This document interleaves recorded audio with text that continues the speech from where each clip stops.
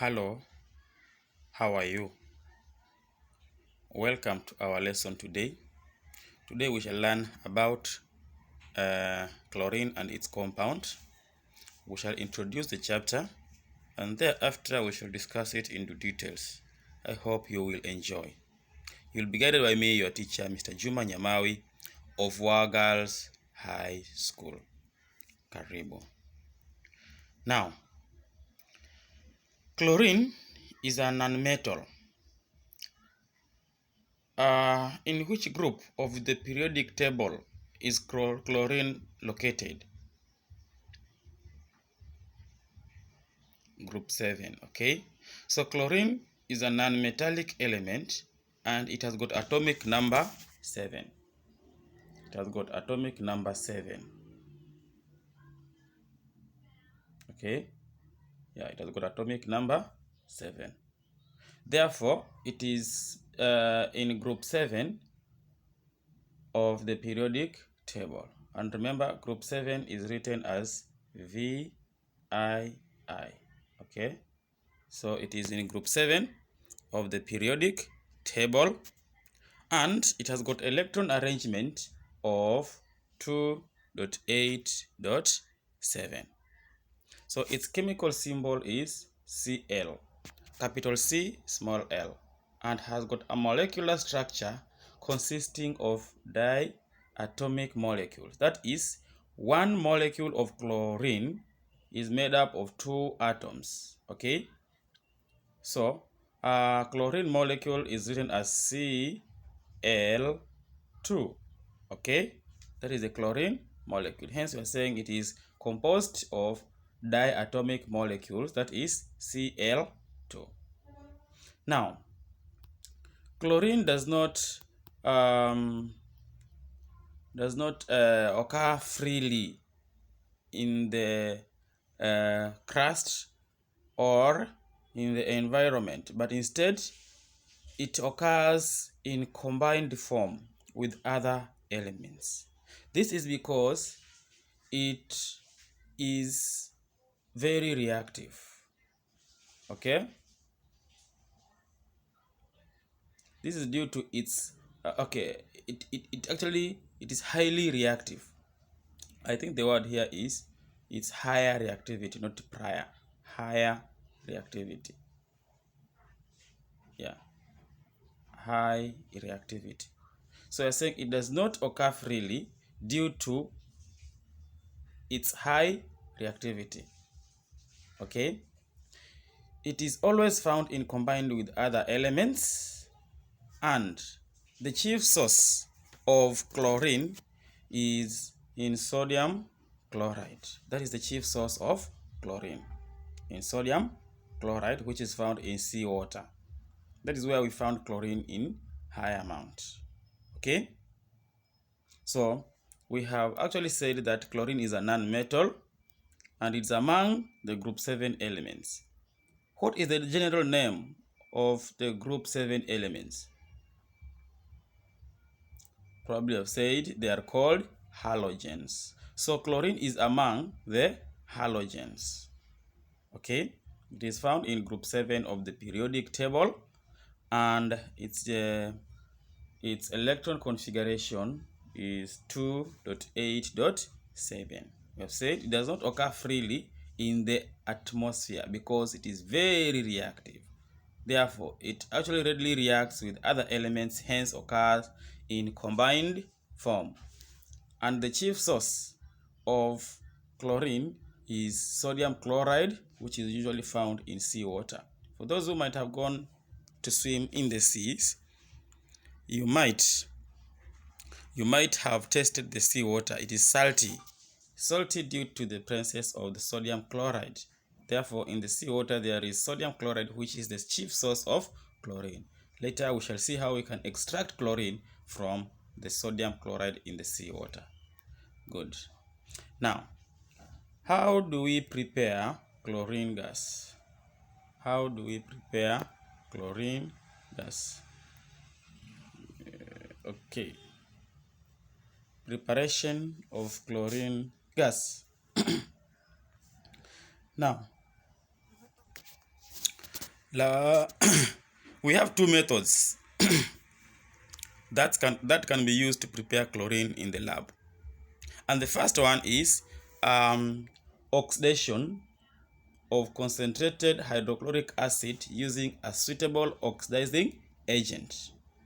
Okay, that is action of an oxidizing agent on concentrated hydrochloric acid.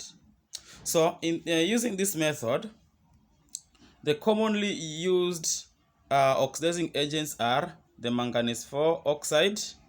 Okay, we can use it as an oxidizing agent, or potassium permanganate, mostly known as potassium manganate 7, potassium dichromate 6, and lead 4 oxide.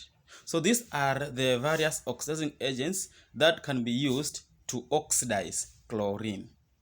To oxidize hydrochloric acid, concentrated hydrochloric acid, to produce chlorine gas. Okay. Now, we can use the setup below for us to see how the chlorine can be prepared using these particular reagents. Okay, good.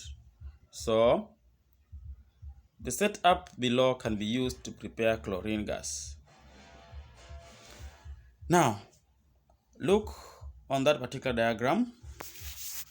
Okay, I hope you are able to see that we have a thistle funnel. This is a thistle funnel here, and inside the thistle funnel there is concentrated hydrochloric acid. In the round bottomed flask down here, we have an oxidizing agent which is called what? Manganese 4 oxide. Okay, so when manganese 4 oxide is used, heating is necessary down here, so you must heat. However, if you're using other oxidizing agents like potassium permanganate, lead 4 oxide, or heating is not necessary. Okay, so what happens when concentrated hydrochloric acid comes into contact with manganese 4 oxide? The concentrated hydrochloric acid, HCl, will be oxidized. That is, hydrogen will be removed from the HCl, hence producing chlorine gas. Okay, hence producing chlorine gas. So it will be oxidized, that is, the hydrogen will be removed and it will combine with oxygen from the oxidizing agent here to form water, while the acid itself will be reduced to or will be oxidized to form chlorine gas. Okay, we shall see that equation later. Now, at this particular juncture, I want us to study this particular setup here. So, we have said that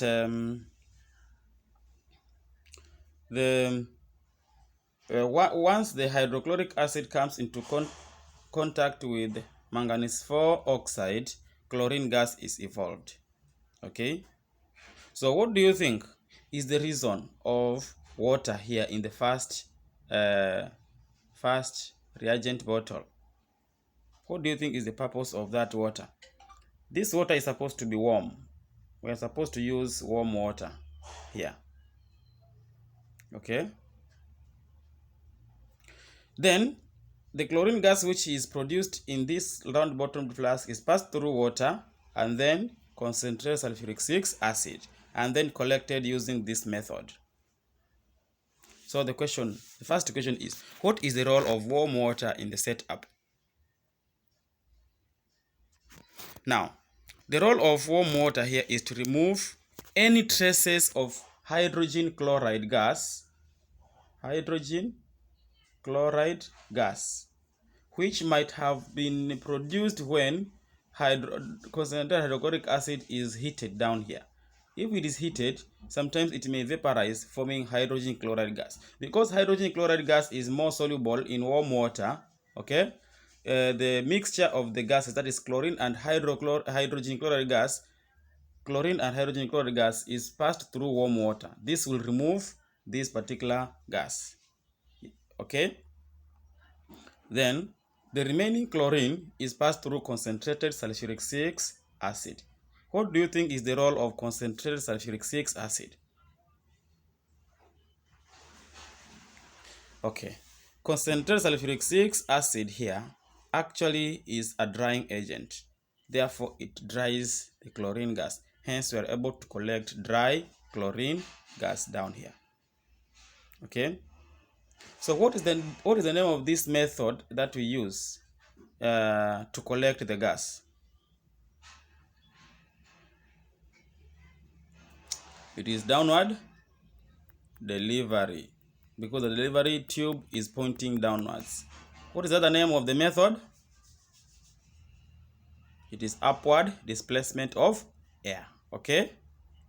Now, chlorine is collected using this method because of one property. State the property of chlorine that can be used to collect the gas using this method.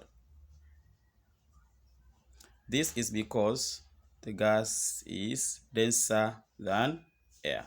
Okay? Yeah, the gas is denser than air. Now, we have another diagram here. Now, we are using the oxidizing agent manganese 4 oxide. We have said if you're using manganese 4 oxide, we must heat. Okay? So, the focus here is on this particular gas jar. What is the color of chlorine gas?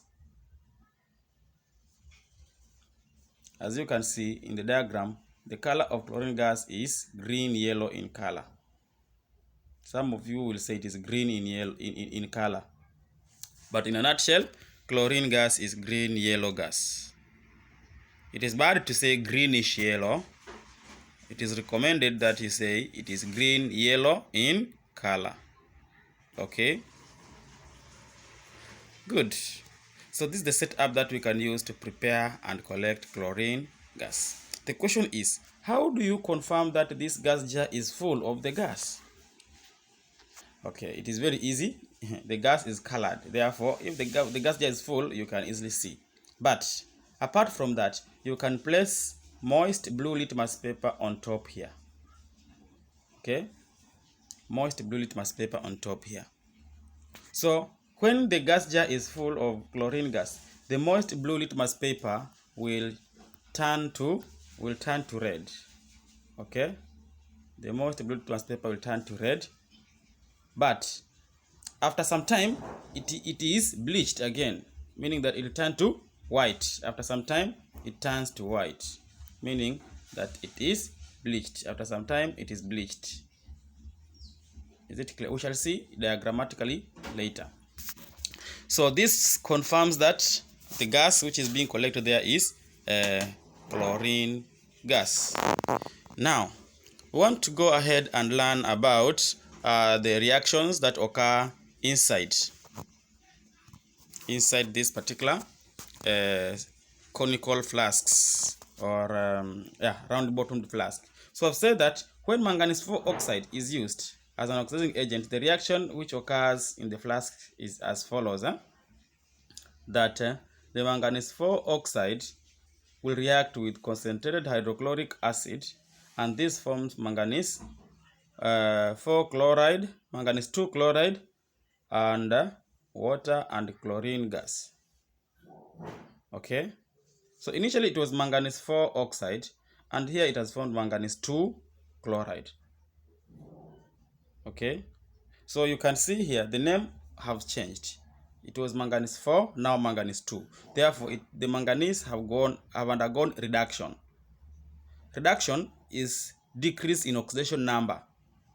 Okay, so on the other hand, hydrochloric acid has been oxidized into water and chlorine gas.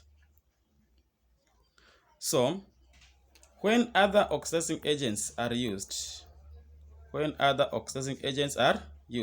the reactions are as follows. So when we are using potassium permanganate, it will form now our chlorine gas, manganese 2 chloride and water. When we are using lead 4 oxide, it will actually form lead 2 chloride and chlorine and water. I think you're able to note on the names of this oxidizing agent. Here it was lead 4 oxide, but the product which is formed of that of the lead is lead 2 oxide. So lead was lead 4. Okay, it changed to lead 2. This means that it has undergone reduction. Reduction is decrease in oxidation number. The oxidation number has changed. Okay. On the other hand, our hydrochloric acid has been oxidized, to chlorine and water. Sawa. Good. So we have said that if we use manganese 4 oxide as an oxidizing agent, remember this is not the correct name. There is typing error here. Manganese 4, we use the Roman 4. Okay. When we use manganese 4 oxide, we must heat. Heating will speed up the reaction. Sawa. Good. Now, what are some of the physical properties of chlorine? Because we have talked about all this, or we can pass through this literature very fast. We've said that in the reactions above, concentrated hydrochloric acid acts as a reducing agent and itself is oxidized to water and chlorine. The gas is passed through warm water. I've said this to remove most soluble hydrogen chloride gas, which has been formed when the acid vaporizes due to heating. Okay. Then I've said the gas is passed through concentrated sulfuric 6 acid to dry it. Then it is collected by downward delivery or upward displacement of air because it is denser than air. Okay. And when the gas jar is full, the blue litmus paper turns to red, then white, that is, it is bleached. That is what we have said. Okay. Then we have said chlorine is not collected over water. Oh, we have not said this, but we can say it. Chlorine is not collected over water. The reason is that it is very soluble in water. Therefore, it cannot be collected over water. Good. Now, method 2 that we use to prepare chlorine in the lab is electrolysis of concentrated sodium chloride solution. This is what we call brine. You remember brine during solvay process? Okay. We said that when you add sodium chloride until no more can dissolve, it forms concentrated sodium chloride solution. That is what we call brine. So if you electrolyze brine, if you carry out the electrolysis of brine, chlorine will collect in the anode. Okay, I think you're able to see that at the anode there is chlorine gas which is green yellow in color that is being collected at the anode. Okay, so what happens at the anode? At the anode, the chloride ions will be attracted and then they will lose 2 electrons, hence forming chlorine atoms. Okay, those 2 chlorine atoms will again combine to form now the chlorine molecules. So we are saying that the second method that we use for preparation of chlorine is electrolysis of concentrated sodium chloride, and chlorine will be collected at the anode due to oxidation of the chloride ions. The chloride ions will lose 2 electrons, forming chlorine atoms, and those atoms will combine to form the chlorine gas. Okay, good. Now we want to move on to I think the physical properties of chlorine. So chlorine is a gas at room temperature, and if I talk about room temperature, I mean temperature that is The temperature that is 25 degrees Celsius, that is room temperature. Okay, so it is a green yellow gas, and it has got a characteristic pungent choking smell. However, you are not allowed or not supposed to smell that gas. Reason? The gas is highly poisonous. Remember, all halogens, all vapors of halogens are poisonous. Therefore, you are not supposed to smell such gases. Okay. Number 2, chlorine gas is denser than air. Chlorine gas is denser than air. In fact, it is believed that it is 2.5 times denser than air. Therefore, it is collected by downward delivery. Okay? Now, chlorine is fairly soluble in water. It is soluble in water, hence forming chlorine water. We discussed this in Form 2, but we shall discuss it again here. It is easily liquefied under pressure. It is easily liquefied under pressure. Okay? Those are the physical properties of chlorine gas. Now, I want us to move ahead and talk about the chemical properties of chlorine. Chemical properties of chlorine. Good. Now, I want us to emphasize on one. The first one is reaction of chlorine with water. Reaction of chlorine with water. So when chlorine is dissolved in water, or when it is bubbled in water, it quickly dissolves in water, and we say that it forms chlorine water. So when bubbled in a boiling tube containing water, a green-yellow solution, which is chlorine water, is formed. Okay? The chlorine water is a mixture of chloric 1 acid, which is our hypochlorous acid, and hydrochloric acid. So it is a mixture of chloric 1 acid and hydrochloric acid, as learnt in Form 2. So chlorine water is acidic, and it turns blue litmus paper red.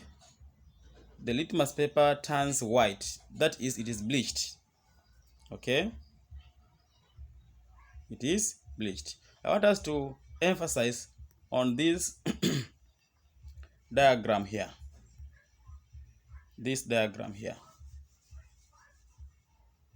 I think you're able to see. So this diagram inside here is chlorine water.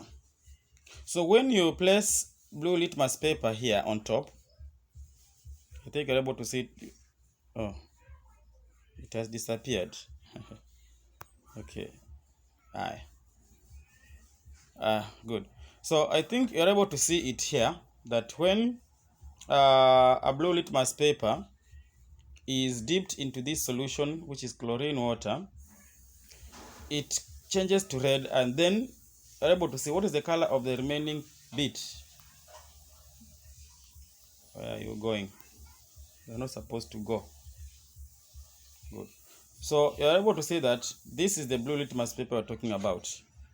And when it is dipped into this solution here, which is the chlorine water, the one which is green yellow in color, it changes into red, meaning that, or showing that it is acidic solution. And then quickly it changes to white, or it is bleached.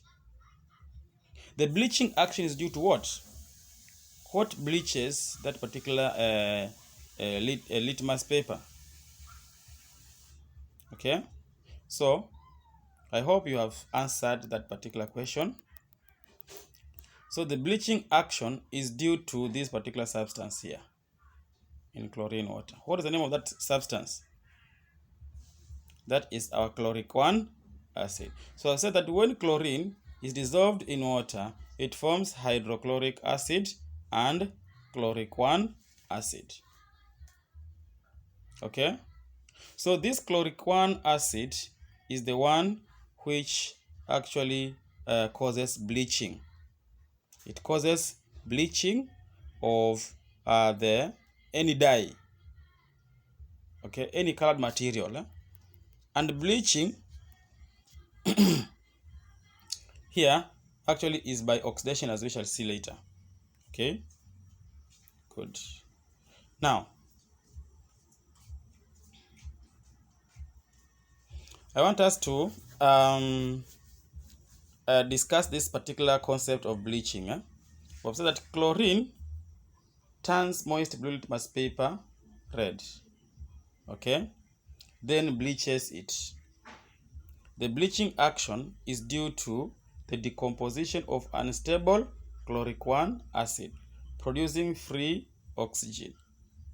So the bleaching action is because of that chloric 1 acid.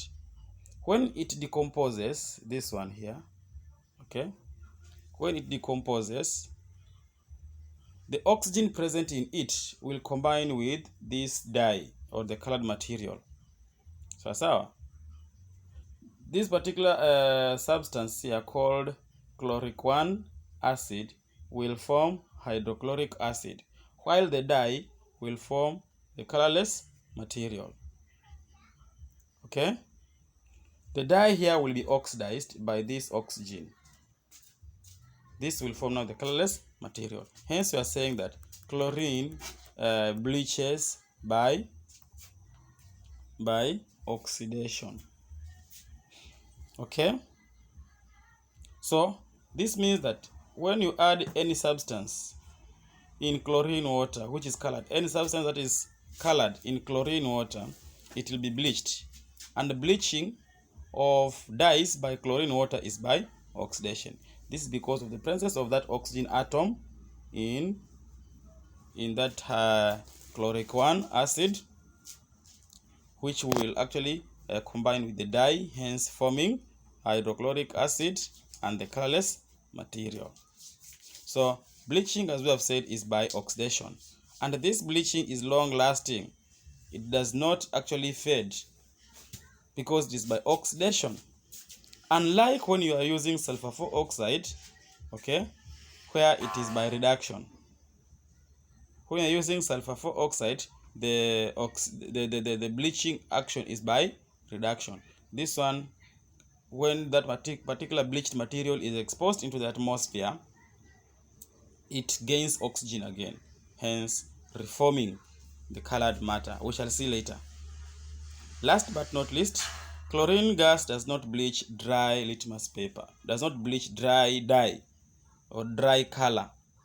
Why do you think is the reason? So when the litmus paper is dry, the chloric 1 acid does not form.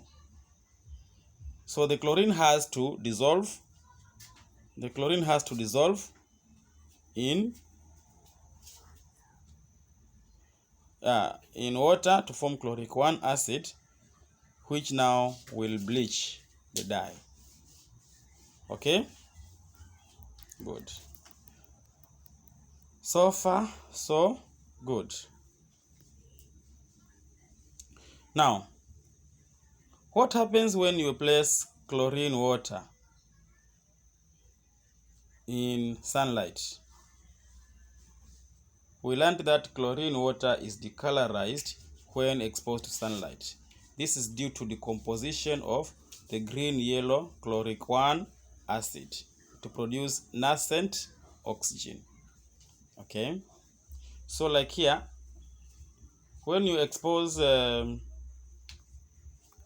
our chloric 1 acid into air, the light, the energy from the light, that is the UV light, that energy from UV light will decompose chloric 1 acid, which is green-yellow in color, to form hydrochloric acid, which is colorless, and oxygen gas. So the chloric 1 or the chlorine water will change from being green-yellow to colorless. This is due to decomposition of chloric 1 acid to form hydrochloric acid, which is colorless. Okay, let us see that in a diagram. So in this diagram, it is a very common diagram. Yeah, You are able to see that here you have chlorine water, which is green-yellow in color. If you leave it for some time, it will decolorize. It will change into colors, and then there will be a colorless gas which will be collected on top here. The colorless gas is due to the production of oxygen. The chlorine water will change from being green-yellow to colorless. This is due to decomposition of the hypochlorous acid or chloric 1 acid to form HCl. HCl is a colorless liquid or a colorless solution.